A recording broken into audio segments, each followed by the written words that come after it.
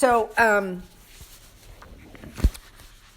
this is a ancient Buddhist practice, Tibetan Buddhist practice that was developed in the 11th century, actually by a Buddhist, a female lama named Machig Labdrung. And there's a woman today who lives in Colorado. Her name's Lama Tsultama Leone, and a very cool lady.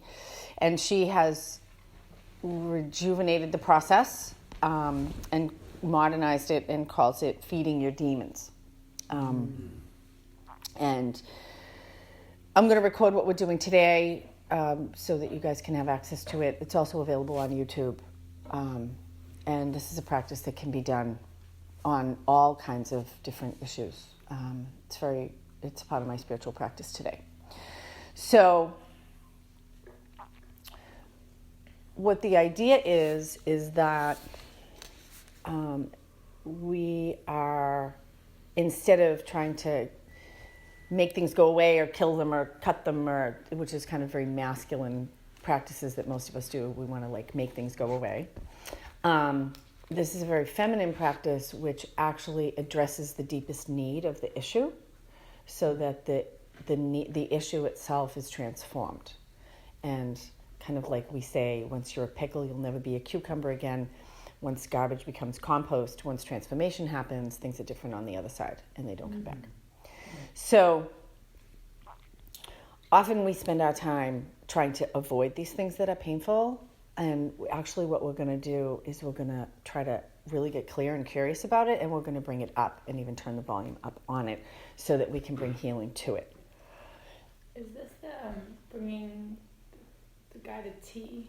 There was in one of the practices where there was the devil or whatever, and you were supposed to invite him to tea? That's not what this is. Okay.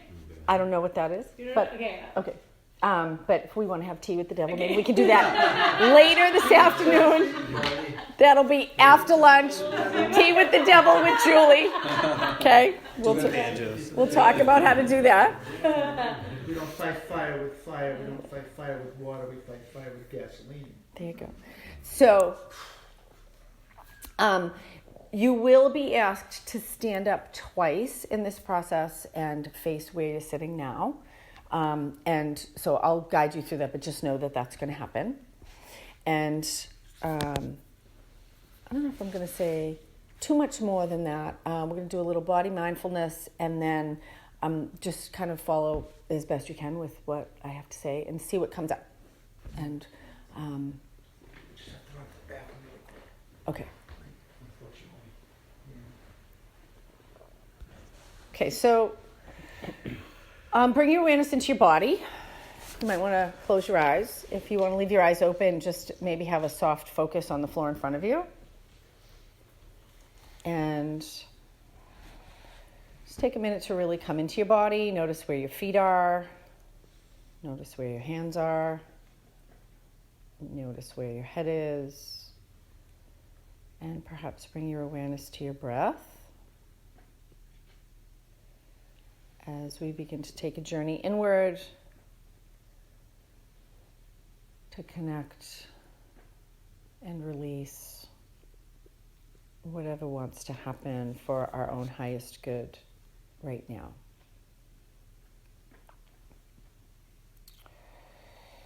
And in the Buddhist tradition, it's suggested to generate a heartfelt intention to do this practice for the benefit of ourselves and all beings. So you might want to take a moment and just generate a heartfelt intention that this practice benefits yourself and all beings.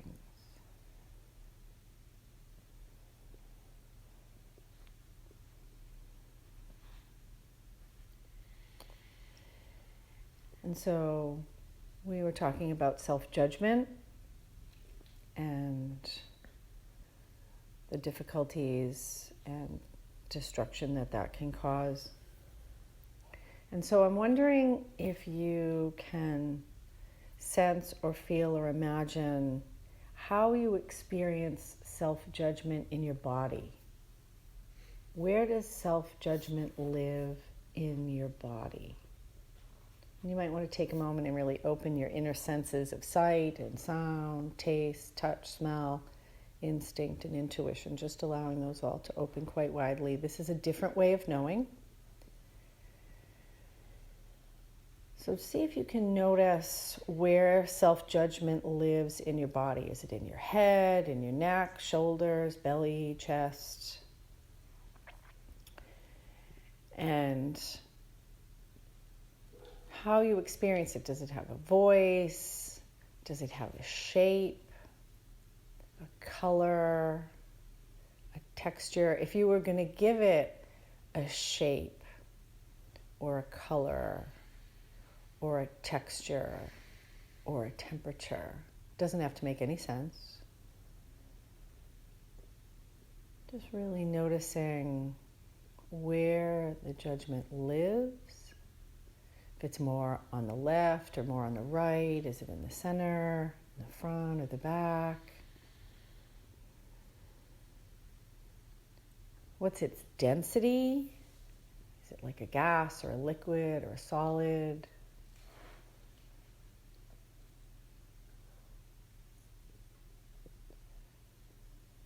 And I'm wondering, as you become aware of this self-judgment or criticism or perfectionism in your body, and as I use those different terms, self-criticism or perfectionism, see if you can notice if there's any shift in your awareness of where it lives in your body. Does it grow or change, or do you notice it in another place in your body that you weren't aware of before with those other words? Self-judgment, self-criticism, perfectionism. And so if you can bring your awareness to that, whatever that shape, that color, that temperature, that sound, that texture. And I wonder if you could sense or feel or imagine that you could move that energy of perfectionism or self-judgment out of your body, and that it could personify itself with limbs and a head and face in front of you. So we're going to take the energy of perfectionism, criticism, and we're going to move it out of our body, and it's going to personify itself with limbs and a head and face in front of you. Moving that energy out of your body, personifying it in front of you. And notice what size it is. How big is it? Doesn't have to make any sense. How big is it? Does it have a gender? It might not. Do you sense that it has a gender? As it takes on a more concrete form, a form that you might be able to be more aware of, I'm wondering if you can notice what the covering of its body is. Does it have a color, a texture?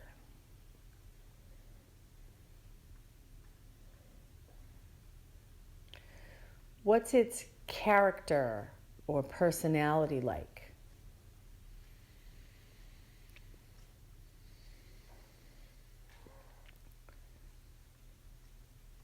And if you can bring your awareness to its face and sense or feel or imagine that it had eyes, what's the look in its eyes?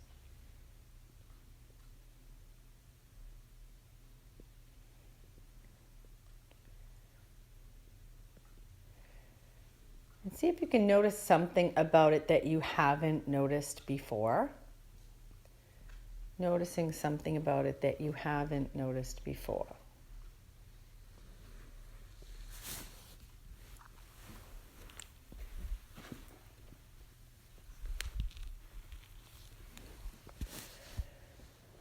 And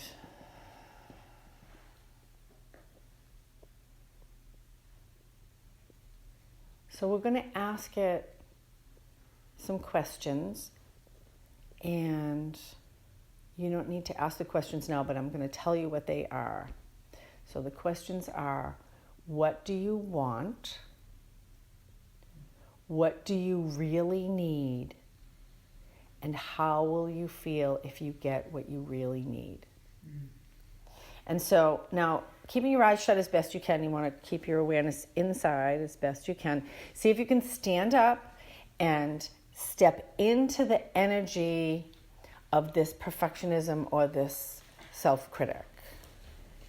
So you want to step into that energy. You might even take the posture of it. See what it feels like to be, and you face yourself where you are sitting. And see if you can take a moment, notice how it feels to be in that energy. And I wonder how your ordinary self looks from this perspective. How does the critic or the judge see you?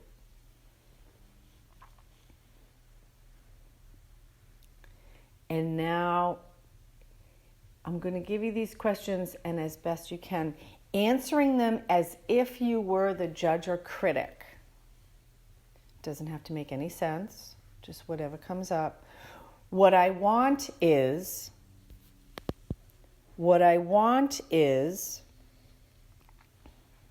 see if you can complete that sentence. What I want is,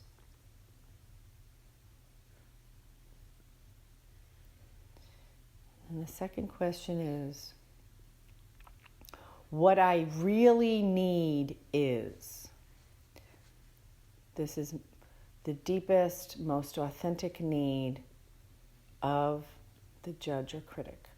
What I most authentically need is. See if you can complete that sentence. What I really need is.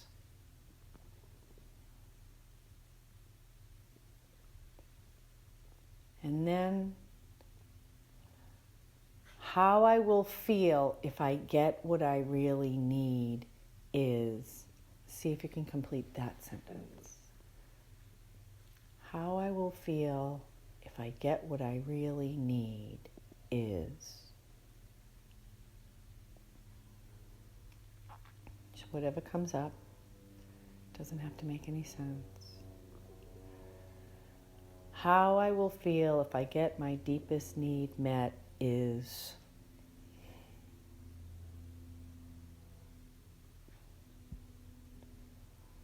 And when you're ready, carefully come back, step out of that energy, come back and sit where you were, back into your own energy on the chair or couch.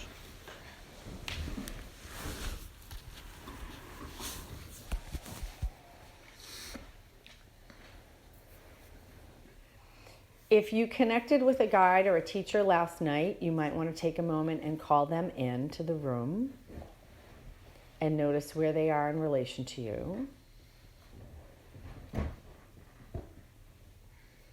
Or if you have another aspect of higher power that you like to work with, you're welcome to call that in as well. But it's not necessary. And I wonder if you can sense or feel or imagine that this guide or teacher or yourself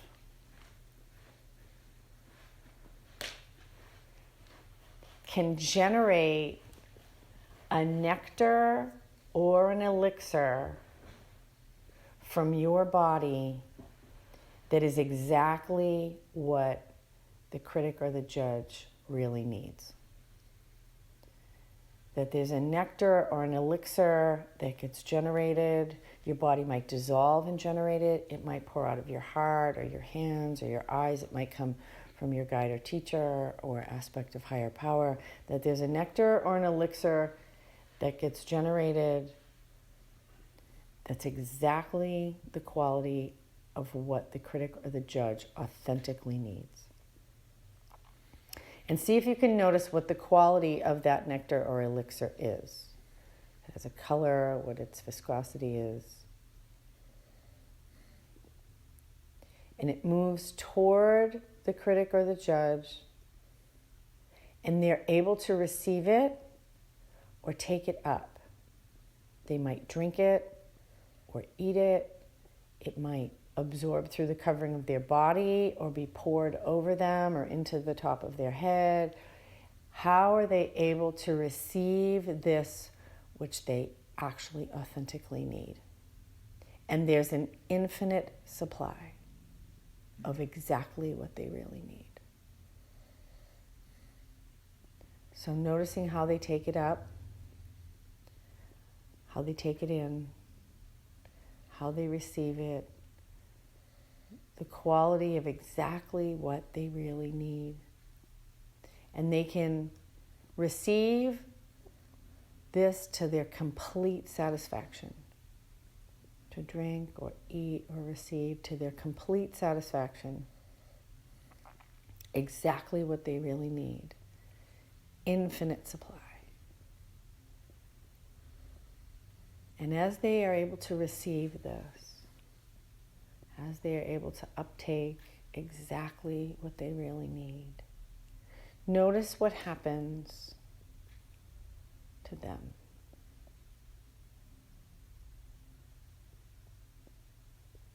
Do they change? Do they become? Do they change size? Do they change quality? Do they change form? Do they dissolve? What happens to them as they receive exactly what they really need? And being able to receive, to drink, to eat, to their complete satisfaction. An infinite supply.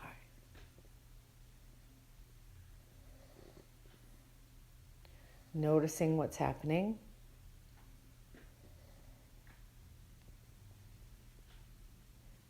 What happens to the critic or judge as it receives exactly what it really most deeply needs?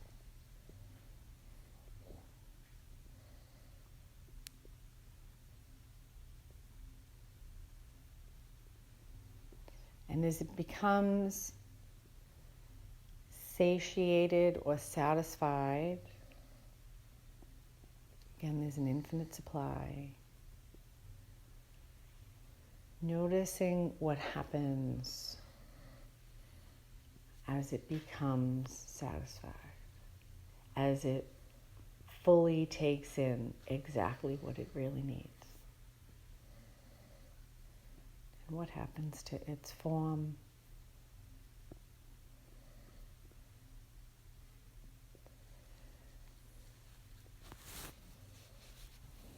And then we want to ask it a question. So, if it has changed form, we're going to ask it a question. If it has dissolved or disappeared, we're going to ask the question in a slightly different way. So we want to ask for an ally to appear, a helper, an ally to appear. If the critic or the judge has changed form, we want to ask, are you my ally? And if it's not, we can just let the nectar take it to the place of its own evolution. If it is the ally, we're going to notice its form. If it disappeared, we want to ask for the ally to appear.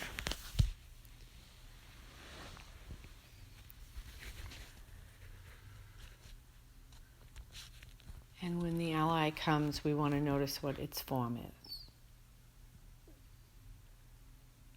It doesn't have to make any sense.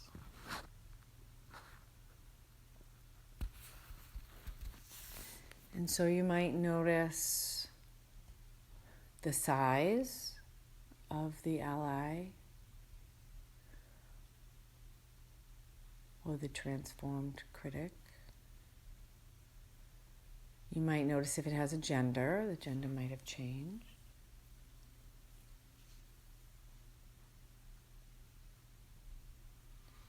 Notice what the covering of its body is, what its density is.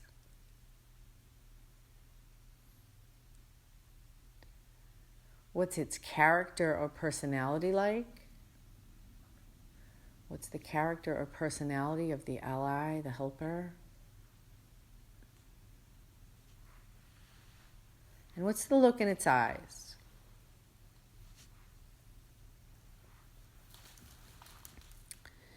And now I'm wondering if you can stand up again and step into the energy of the ally or helper.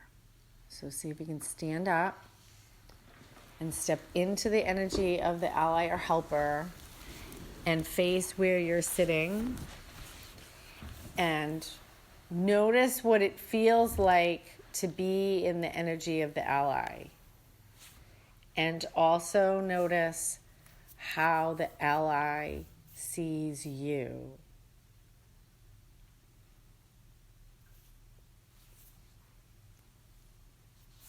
How do you look in your ordinary self to the ally? And then we want to ask the ally some questions, and you're going to finish these sentences as if you were the ally. How I will help you is, finish that sentence. How I will help you is,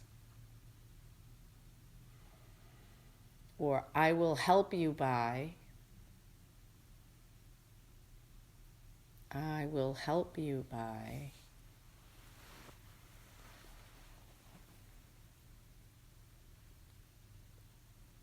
And the next sentence to be completed, I will protect you by. Doesn't have to make any sense. I will protect you by.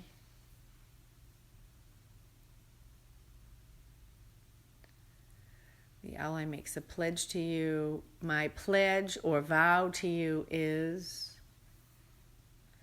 I pledge to fill in the blanks. Or I vow I will blank. What's the pledge or vow the ally makes to you? And how you can connect with me is, and finish that sentence. You can connect with me by,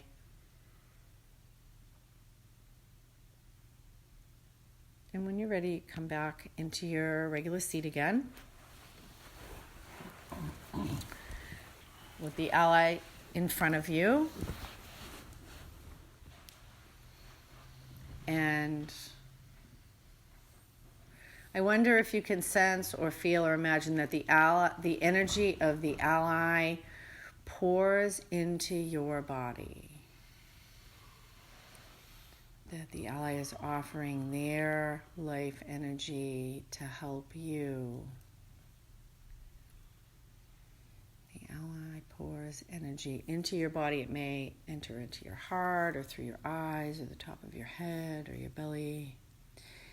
And the energy of the ally flows all the way down to the soles of your feet and the tips of your fingers and the top of your head. To every system, every organ, every cell of your body. Receiving from the ally.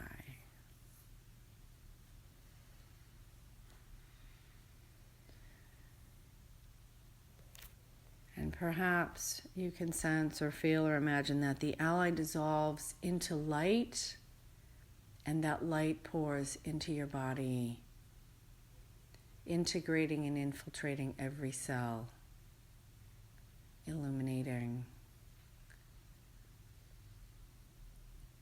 transforming, healing.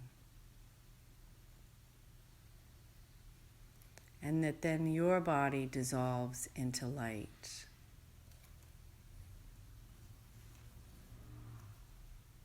And you might notice if there's a color light that your body dissolves into. And you can rest a moment in stillness.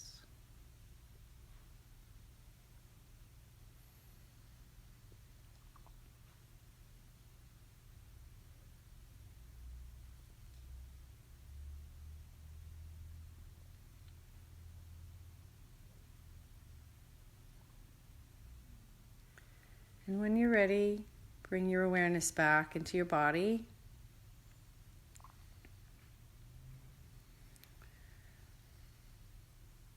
And it might be helpful to write down your experience in your journal if you choose to do that.